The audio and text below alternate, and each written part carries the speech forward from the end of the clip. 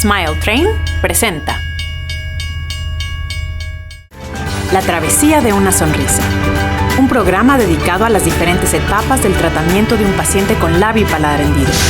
Estación 3 a 5 años. Comenzamos. Bienvenidos. En el capítulo de hoy, en la sección de ¿Sabías qué?, el Dr. Carlos Manzano nos explica qué es la insuficiencia velofaringea y cómo se detecta, en qué consiste una nasofibroscopía y una videofluoroscopía. El Dr. Carlos Giugliano nos muestra cómo es la cirugía de insuficiencia velofaringea, cómo reconocer una fístula y cómo pueden ser reparadas. El fonoaudiólogo Felipe Inostroza nos hablará sobre la importancia de la terapia de habla y lenguaje en esta etapa. En la sección de Cuidados en Casa, la terapeuta de lenguaje Mariana Hernández nos enseña cómo involucrarnos en el apoyo de terapia en casa. Nuestro Smile Maker del día de hoy es el licenciado Eduardo López, quien nos dará su testimonio de terapia de lenguaje como paciente y como terapeuta. Un corazón decidido a ser mejor. ¿Están listos? Vamos a verlos.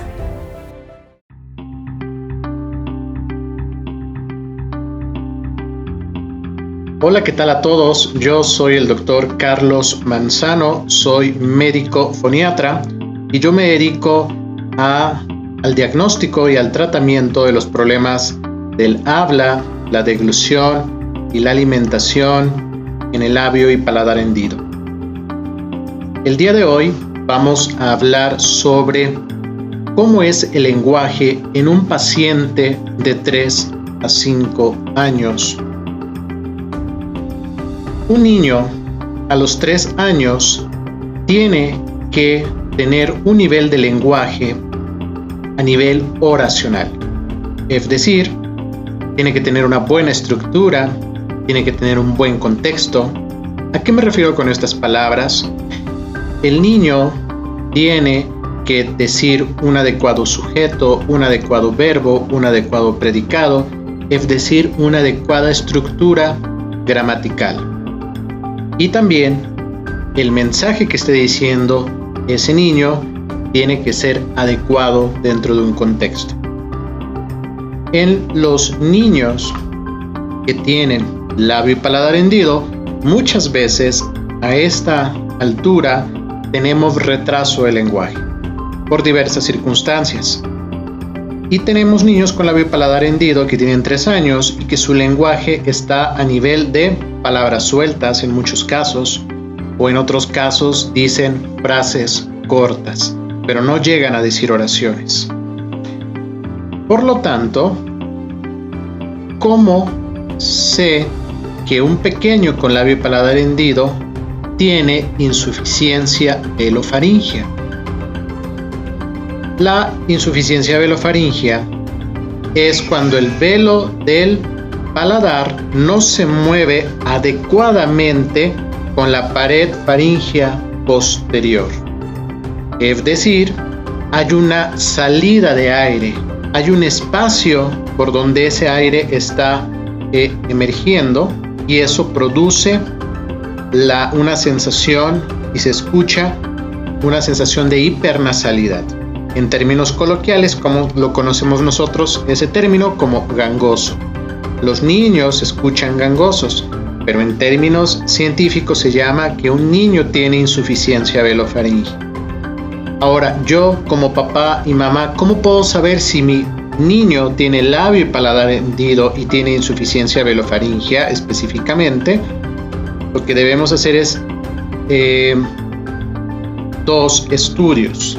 Esos 2 estudios se llaman nasofibroscopía del esfínter velofaringeo y videofluoroscopía del esfínter velofaringeo.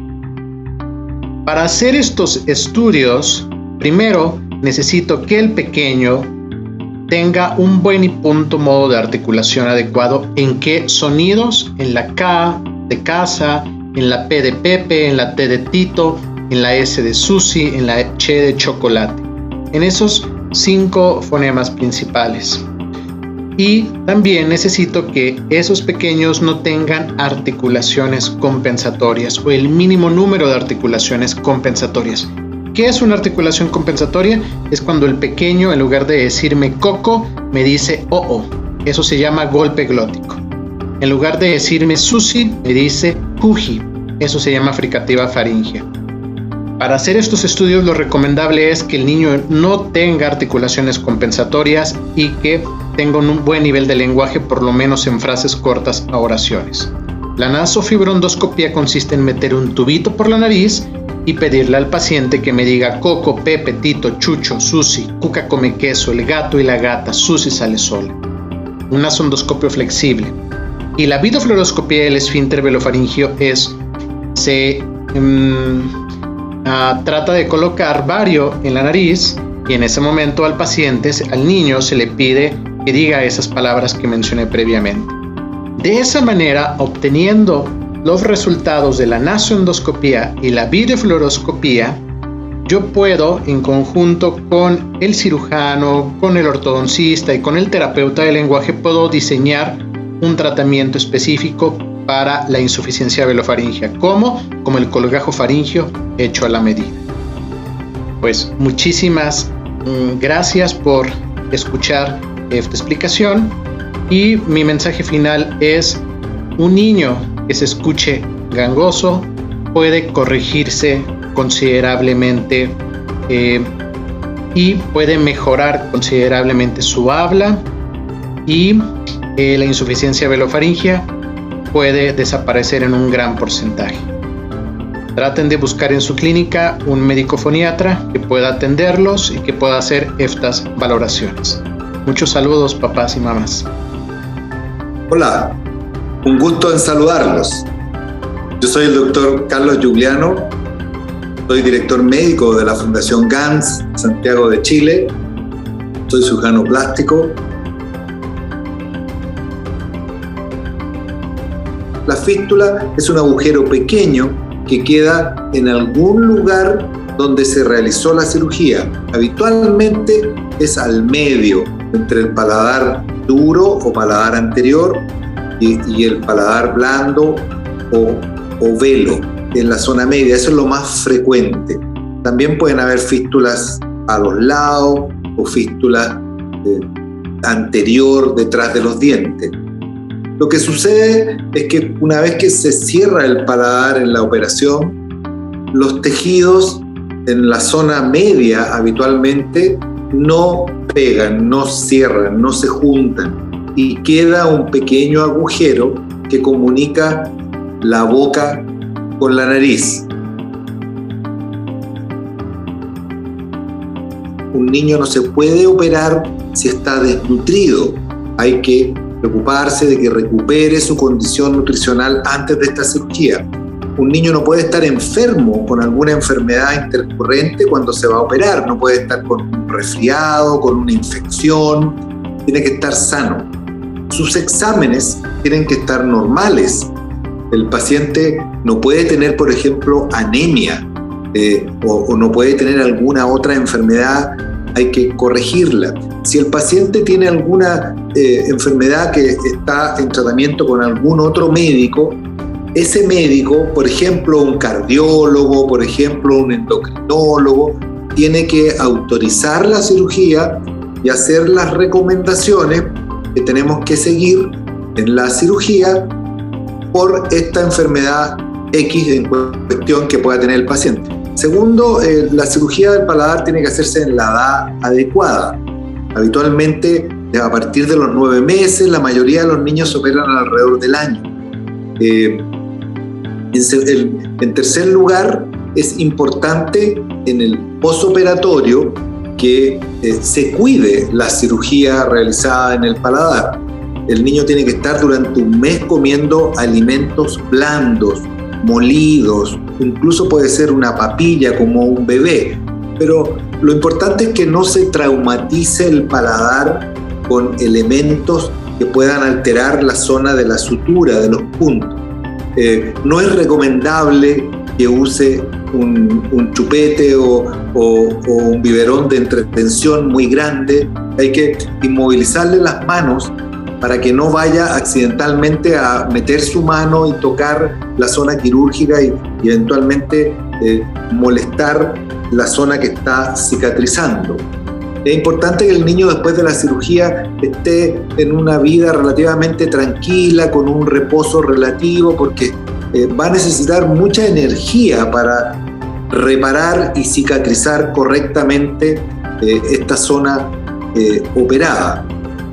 Y por supuesto que lo más importante es mantener en el posoperatorio un control cercano con su equipo médico para ir vigilando que todo este proceso de cicatrización está ocurriendo bien, y si es necesario en algún momento hacer alguna terapia como un aseo especial de la zona de la sutura, o eventualmente si se sospecha que hay infección, empezar con una terapia con antibiótico. Por eso que tienen que mantener una relación, un contacto cercano en el posoperatorio con su equipo, con su médico tratante.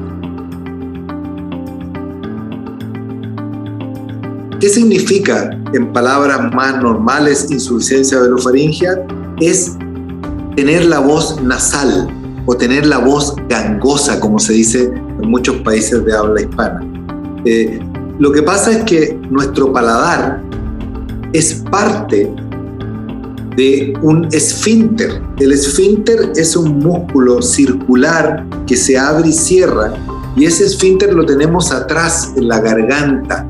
Y ese esfínter está formado por nuestro paladar, que está operado, y la garganta, la faringe.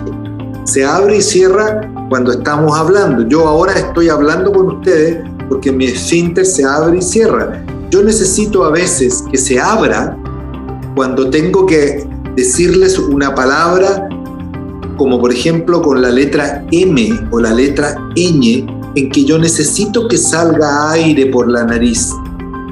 Mamá.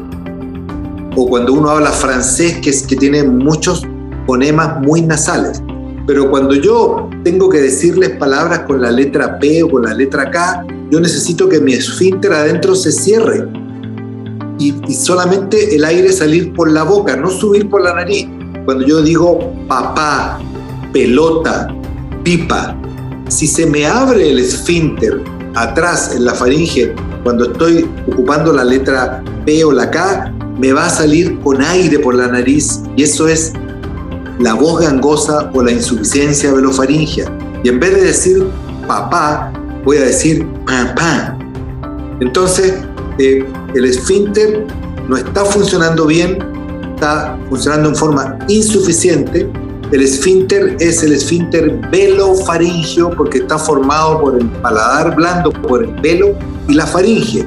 En la mayoría de los pacientes que tienen insuficiencia velofaringea, el paladar es un poco corto por naturaleza, por la malformación, y a pesar de que el cirujano lo cierra, no es capaz de cerrar el esfínter y el paciente tiene esta salida de aire anormal. Al paciente tenemos que estudiar el esfínter, y eso normalmente se hace con una endoscopía, que es un tubo que entra por la nariz y nosotros vemos con el endoscopio nuestro esfínter velofaringeo desde arriba, por dentro.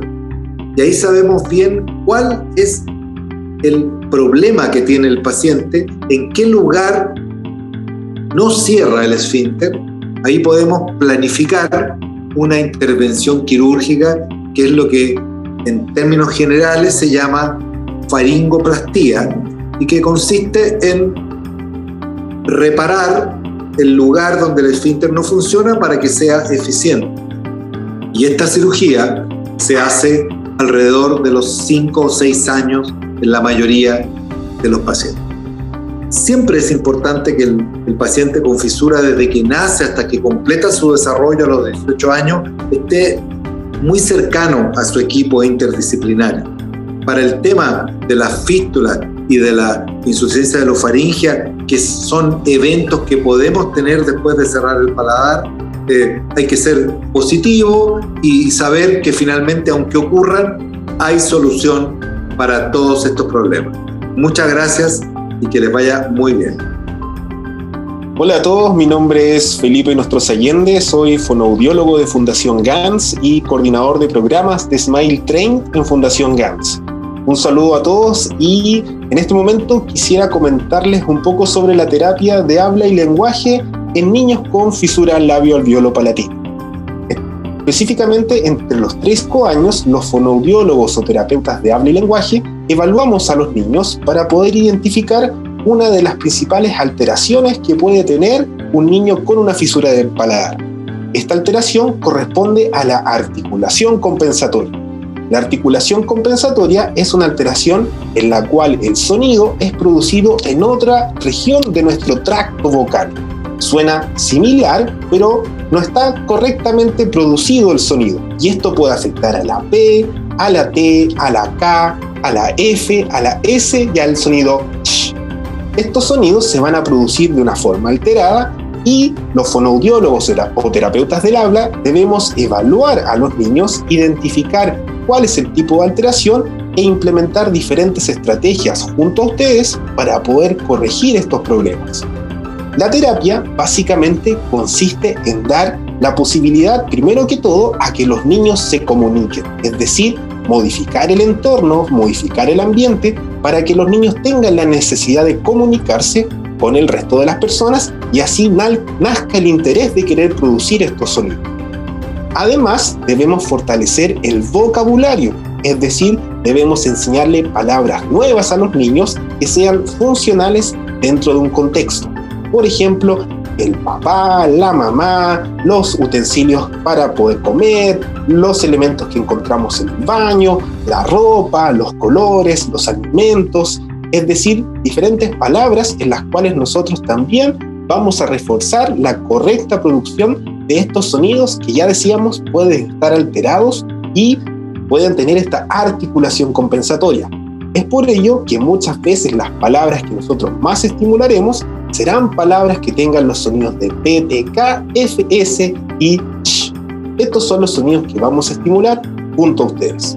Y por último, es muy importante felicitar a los niños, estimularlos, decirles que lo están haciendo muy bien, siempre estar corrigiendo de una buena manera para que estos tengan el interés y la motivación de poder producir correctamente los sonidos. La terapia puede iniciar tempranamente. Un niño ya a los 3 años tiene la capacidad de colaborar, así que si tu hijo o su hija presenta alguna alteración en la producción de los sonidos del habla, ustedes escuchan o perciben que los sonidos no suenan muy claros, que les cuesta entender lo que su hijo o su hija dice, es importante que ustedes acudan a un fonoaudiólogo o terapeuta de habla y lenguaje que evalúe, diagnostique y trate el habla y el lenguaje de los niños. Para esto es súper importante el compromiso con la terapia, asistir regularmente y lo ideal es iniciar de la forma más temprana posible. Es decir, si podemos partir desde los 3 años o incluso antes es lo ideal. Siempre recuerden acudir a su fonoaudiólogo o terapeuta de habla y lenguaje ante dudas y ante cualquier solicitud que ustedes quieran realizar. Un saludo a todos y recuerden siempre estar apoyando a los niños. Un saludo a todos desde Smile Train.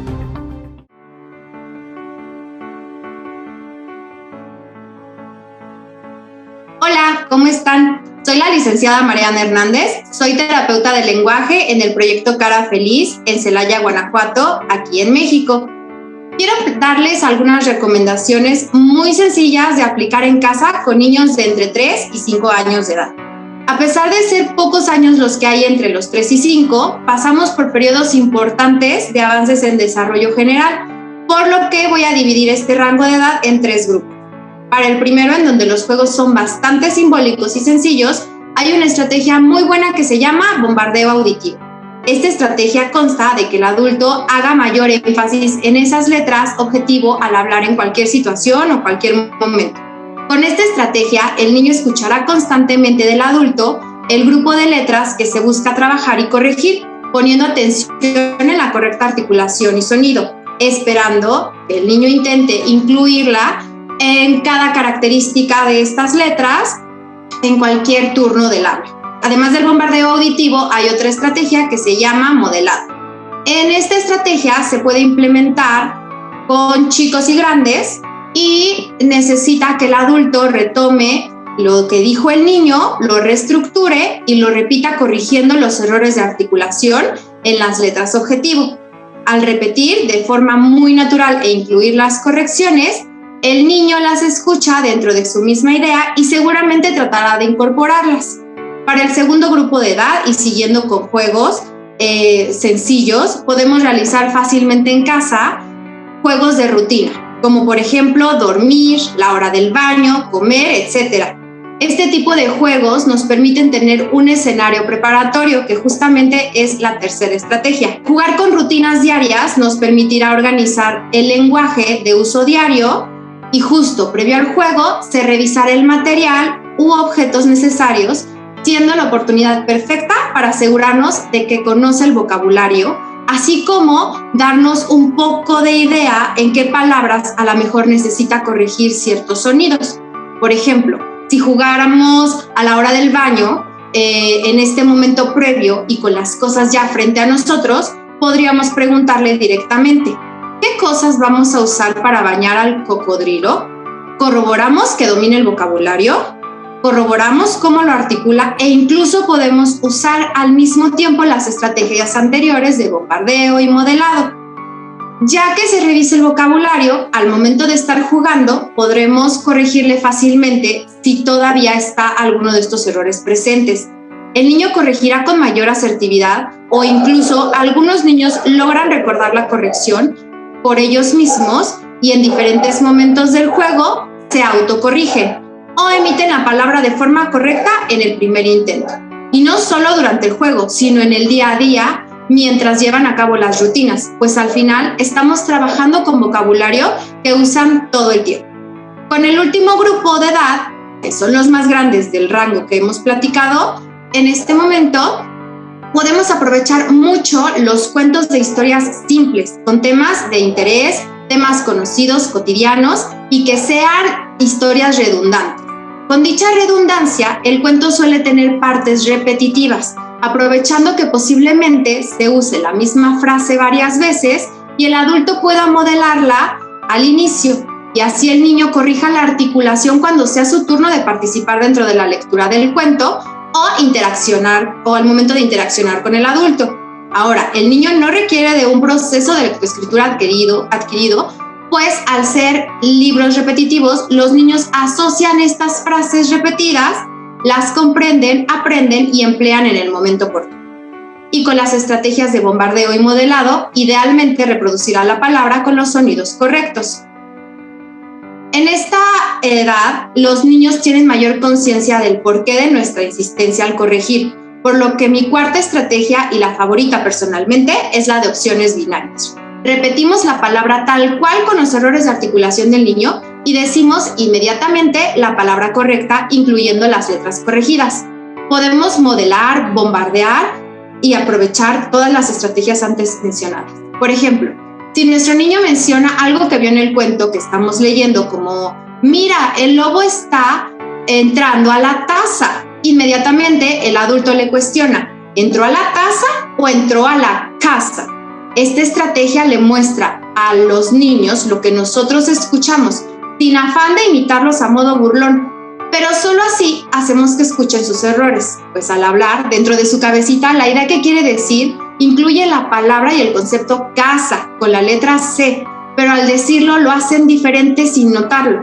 Al escucharse, muchos niños comienzan a comprender por qué no entendemos o por qué solicitamos tantas correcciones, si realmente piensan en casa y no quieren hablar sobre una casa. Espero que estas 4 estrategias les sean de ayuda. Son estrategias que podemos aplicar en todas las edades. Pueden ayudar a la integración de la corrección de los sonidos que en terapia estén trabajando para obtener mejores resultados.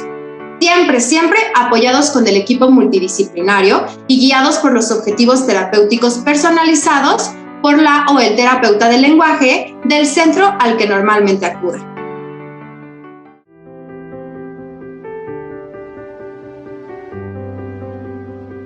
Hola, ¿qué tal? Mi nombre es Eduardo López, soy terapeuta del lenguaje en Centro Suma.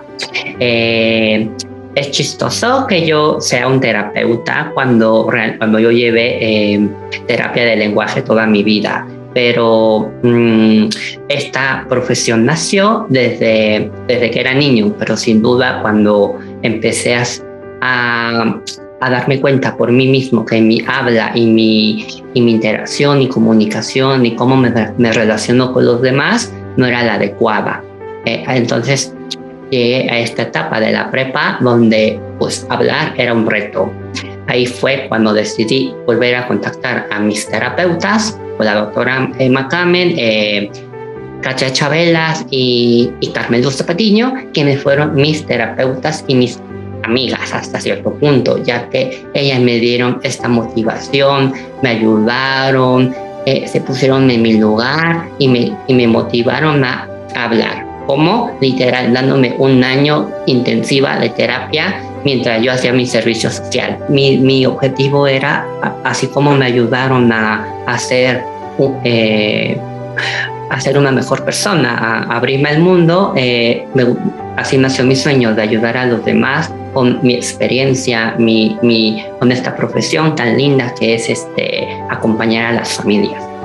Yo, al ser paciente y ahora recibir a chiquitos que necesitan la rehabilitación, una valoración y alguien que los acompañe a la terapia y a este proceso de habla, me vienen muchos sentimientos. Me llega emoción, me llega tristeza, porque no es tan fácil estar aquí en el hospital cada 8 días. Me llegan muchos recuerdos de mi familia, de cómo batallábamos para poder tomar la terapia a nivel económico, a nivel distancias, a nivel todo tipo.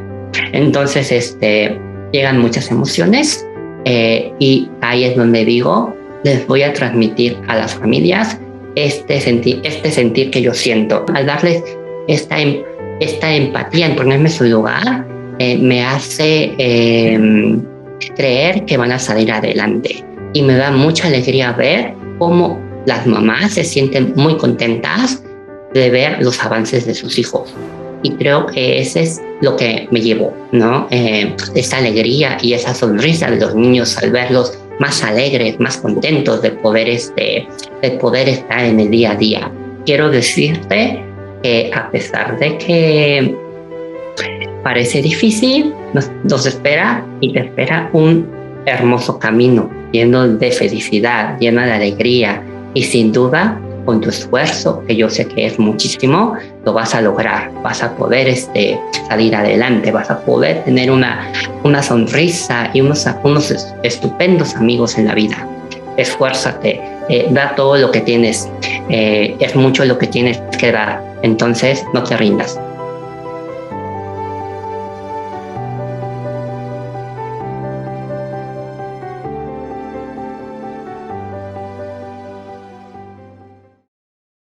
Te invitamos a conocer más sobre ortopedia maxilar y preparación para cirugía de injerto óseo alveolar en la estación 5, 6 a 12 años. ¡Todos a bordo!